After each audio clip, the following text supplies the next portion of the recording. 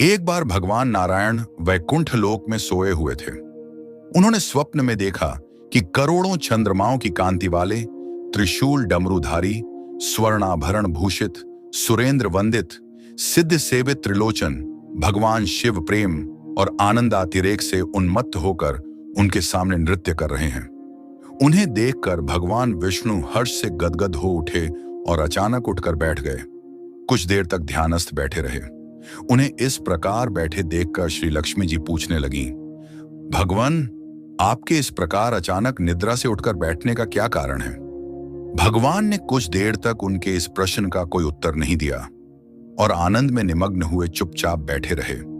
कुछ देर बाद हर्षित होते हुए बोले, देवी, मैंने अभी स्वप्न में भगवान श्री महेश्वर का दर्शन किया है। उनकी छवि ऐसी अपूर्व, आनंदमय एवं मनोहर थी कि देखते ही बनती थी। मालूम होता है शंकर ने मुझे स्मरण किया है। अहो भाग्य, चलो कैलाश में चलकर हम लोग महादेव के दर्शन करें। ऐसा विचार कर दोनों कैलाश की ओर चल दिए।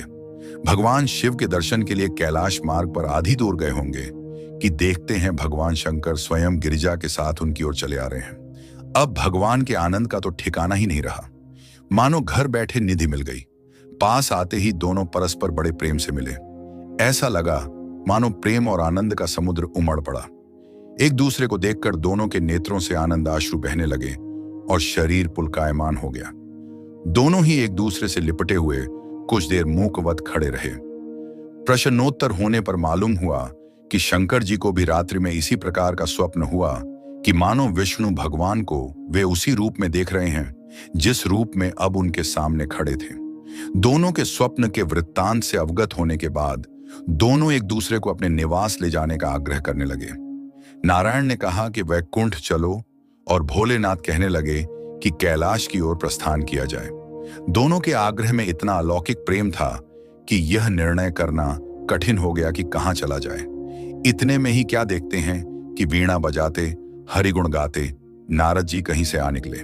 बस फिर क्या था, लगे दोनों उनसे निर्णय कराने कि कहां चला जाए। बेचारे नारद जी तो स्वयं परेशान थे उस अलौकिक मिलन को देखकर। वे तो स्वयं अपनी सुध बुध भूल गए और लगे मस्त होकर दोनों का गुणगान करने। अब निर्णय कौन करे? अंत में यह तय हुआ कि भगवती उमा जो कह दें वही ठीक है। भगवती उमा पहले तो कुछ देर चुप रही। अंत में वे दोनों की ओर मुंह करते हुए बोली, हे नाथ, हे नारायण, आप लोगों के निश्चल, अनन्य एवं अलौकिक प्रेम को देखकर तो यही समझ में आता है कि आपके निवास अलग अलग नहीं हैं। जो कैलाश है वही वैकुंठ है और जो वैकुंठ है वही कैलाश है। केवल नाम में ही भेद है। यही नहीं, मुझे तो ऐसा प्रतीत होता है कि आपकी आत्मा भी एक ही है, केवल शरीर देखने में दो हैं। और तो और मुझे तो स्पष्ट लग रहा है कि आपकी भार्याएं भी एक ही हैं। जो मैं हूं वही लक्ष्मी है और जो लक्ष्मी है वही मैं हूं। केवल इतना ही नहीं, मेरी तो अब यह दृढ़ धारणा हो गई है कि आप लोगों में से एक के प्रति जो द्वेष करता है वह मानो दूसरे के प्रति ही करता है। एक की जो पूजा करता है वह मानो दूसरे की भी पूजा करता है। मैं तो तय समझती हूं कि आप दोनों में जो भेद मानता है उसका चिरकाल तक घोर पतन होता है। मैं देखती हूं कि आप मुझे इस प्रसंग में अपना मध्यस्थ बनाकर मानो मेरी प्रवंचना कर रहे हैं, मुझे असमंजस में डाल रहे हैं, मुझे भुला रहे हैं। अब मेरी यह प्रार्थना है कि आप लोग दोनों ही अपने अपने लोक को पधारिए। श्री विष्णु ये समझें कि हम शिव रूप में वैकुंठ जा रहे हैं और महेश्वर ये माने कि हम विष्णु रूप में कैलाश गमन कर रहे हैं। इस उत्तर को सुनकर दोनों परम प्रसन्न हुए और भगवती उमा की प्रशंसा करते हुए दोनों ने एक दूसरे को प्रणाम किया और अत्यंत हर्षित होकर अपने अपने लोक को प्रस्थान किया। लौटकर जब श्री विष्णु वैकुंठ पहुंचे तो श्री लक्ष्मी जी ने उनसे प्रश्न किया, हे प्रभु, आपको सबसे अधिक प्रिय कौन है? भगवान बोले, प्रिय, मेरे प्रियतम केवल श्री शंकर हैं। देहधारियों को अपने देह की भांति वे मुझे अकारण ही प्रिय हैं। एक बार मैं और श्री शंकर दोनों पृथ्वी पर घूमने निकले।